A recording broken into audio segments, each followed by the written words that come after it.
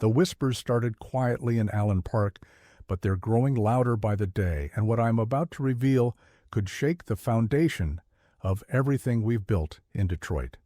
What's going on, Lions faithful? Welcome back to Lions News Fan Report, your ultimate destination for the most comprehensive, up-to-date news, insider information, and deep analysis on our Detroit Lions.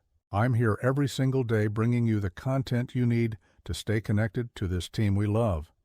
And today's discussion is one that's going to challenge everything you thought you knew about the future of this franchise. Make sure you're subscribed and that notification bell is turned on, because what's developing right now demands your attention, and you're going to want to be here for every update as this situation unfolds. Let me set the stage for you, because understanding where we are right now is critical to comprehending what might be coming next. The Detroit Lions are sitting at a franchise-best 12 wins and 3 losses, absolutely dominating the NFC North and looking like legitimate Super Bowl contenders for the first time in generations. This isn't the same old Lions that we've suffered through for decades. This is a team that's been rebuilt from the ground up, a team that's established a winning culture, a team that's finally making us proud to wear Honolulu blue on Sundays. We've got back-to-back division titles, we've won playoff games at Ford Field, and we're on the verge of something truly special that could culminate in our first-ever Super Bowl appearance. At the center of this remarkable transformation has been our quarterback, the guy who came to Detroit in what many considered a salary dump, the player who was supposed to be a stopgap while we figured out our long-term plans. But what he's done here has been nothing short of extraordinary. He's led us to 3 consecutive winning seasons after we went 3-13-1 in his first year. He's thrown for over 4,000 yards in multiple seasons. He's developed chemistry with an explosive receiving core, and he's become the leader of this locker room in ways that few people anticipated when that blockbuster trade went down back in March 2021. That trade, as you all remember, sent Matthew Stafford to Los Angeles in exchange for our current quarterback, 2 first-round picks in 2022 and 2023, and a third-round selection in 2021. At the time, it felt like we were tearing everything down, starting from scratch and embarking on yet another painful rebuild. But General Manager Brad Holmes had a vision, and Dan Campbell had the culture to implement it, and together they've transformed those assets into one of the most talented rosters in the entire NFL. With those picks, we landed Penei Sewell, who's become an elite offensive tackle. We got Amon-Ra St. Brown, who's developed into one of the most consistent receivers in football. We drafted Jameson Williams, who's explosive downfield. We selected Jahmyr Gibbs, who's given us dynamic playmaking in the backfield.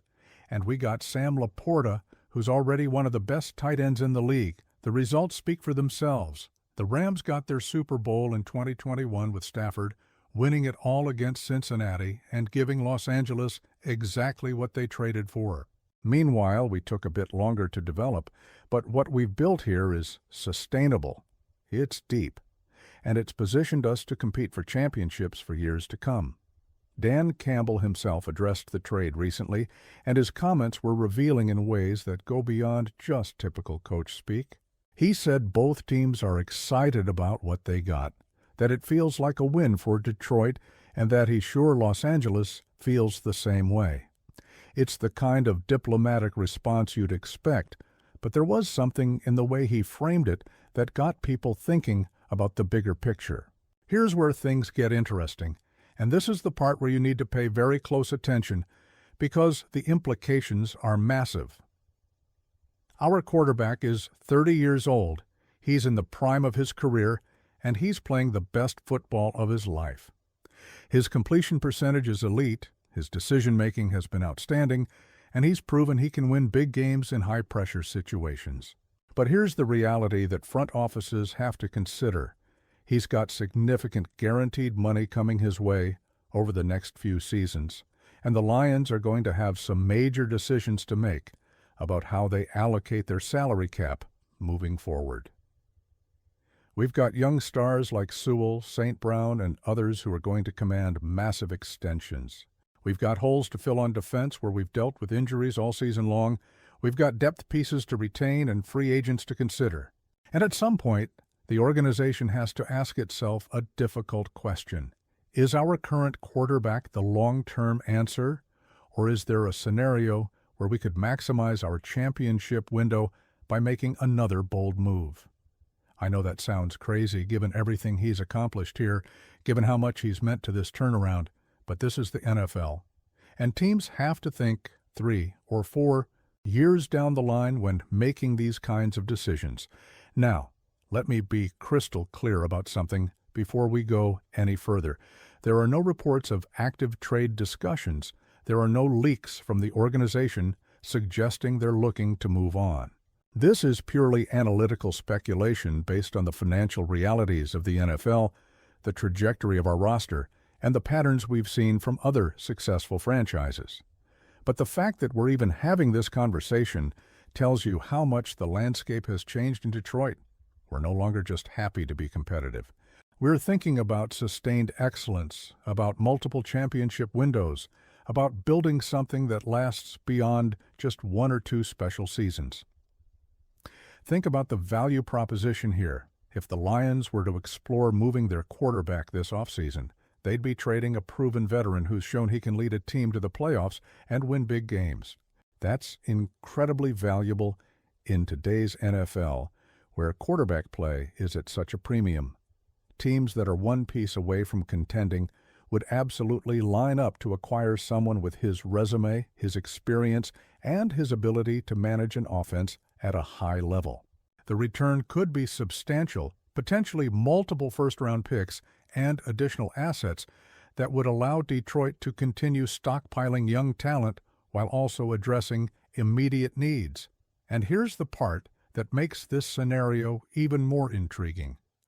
The Lions have shown they're not afraid to make franchise-altering decisions. They traded Stafford when many thought it was impossible. They've been aggressive in free agency and the draft. They've built a coaching staff and a culture that attracts players who want to be here. If Brad Holmes and ownership believe there's a path to sustained success that involves moving on from their current quarterback and either developing a younger option or acquiring a different veteran, would they have the courage to pull the trigger? Based on their track record, I think the answer might be yes. Let's talk about what this would mean for the roster construction.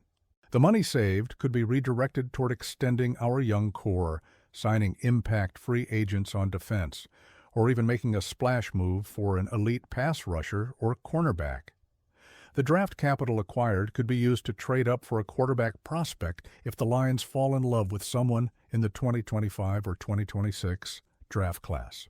Or it could be used to continue adding elite talent at other positions while betting on a veteran free agent quarterback or a developmental option already on the roster. There are multiple pathways here, and all of them require careful consideration of risk versus reward. The timing would also be crucial. If this were to happen, it would likely occur this offseason when his trade value is at its peak, coming off what could be a deep playoff run or even a Super Bowl appearance. The market for proven quarterbacks is always robust, and contending teams with aging or inconsistent quarterback play would absolutely be interested. We're talking about franchises that are built to win now, but just need that final piece at the most important position in sports. The Lions would be in a position of strength, able to dictate terms and ensure they get maximum value in return. Now, I want to address the emotional side of this because I know many of you are probably feeling conflicted right now. Jared Goff has been everything we could have asked for and more. He's embraced this city, he's led this team through adversity, and he's been a huge part of why we're relevant again. The idea of moving on from him feels almost disrespectful given everything he's accomplished here. But this is professional sports, and organizations have to make decisions based on what gives them the best chance to win championships over the long term, not just what feels right in the moment. It's the same calculation that led us to trade Stafford, and look how that turned out for both sides. The optimist in me wants to believe that Goff finishes his career in Detroit, that he leads us to multiple Super Bowls, and that he becomes a Lions legend whose jersey hangs in the rafters at Ford Field. The realist in me understands that the NFL is a business, that championship windows are finite, and that tough decisions sometimes have to be made to maximize your chances of sustained success.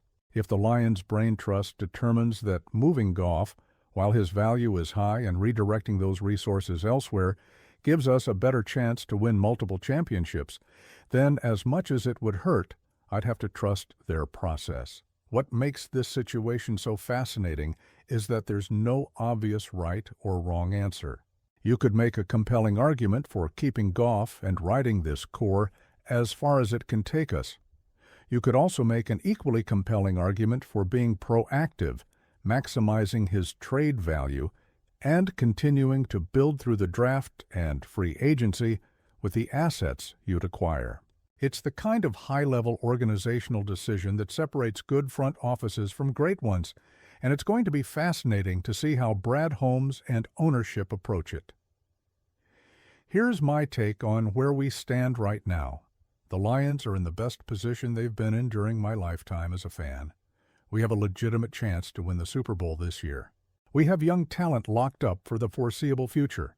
We have a coaching staff that players want to play for. And we have a quarterback who's proven he can win at the highest level. Whether that quarterback is still Jared Goff 2 years from now is an open question, and it's one that's going to dominate conversations among the fan base and media as we move through this playoff run and into the offseason. The fact that we're even discussing this possibility shows how far we've come as a franchise, and regardless of what happens, I'm excited about where we're headed. So here's what I need from you, Lions faithful. I want to know how you'd feel if the organization decided to move Jared Goff this offseason. Would you trust Brad Holmes to make the right decision with the assets he'd acquire? Do you think Goff has earned the right to finish his career in Detroit? Or do you believe the team should be willing to make any move that improves our championship odds?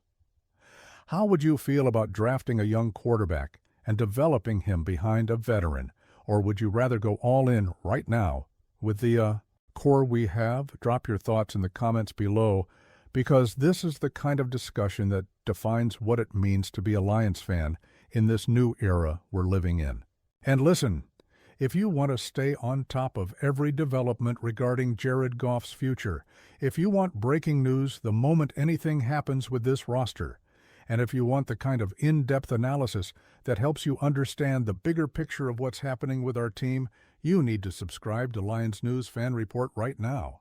Hit that subscribe button, smash the notification bell, and give this video a thumbs up if you appreciate the honest, thoughtful coverage we bring you every single day. We're not here to sugarcoat things or tell you what you want to hear. We're here to give you the truth, to explore every angle, and to help you understand the decisions that shape the future of this franchise. This is Lions News Fan Report, and I'll see you in the next one. 1. Pride.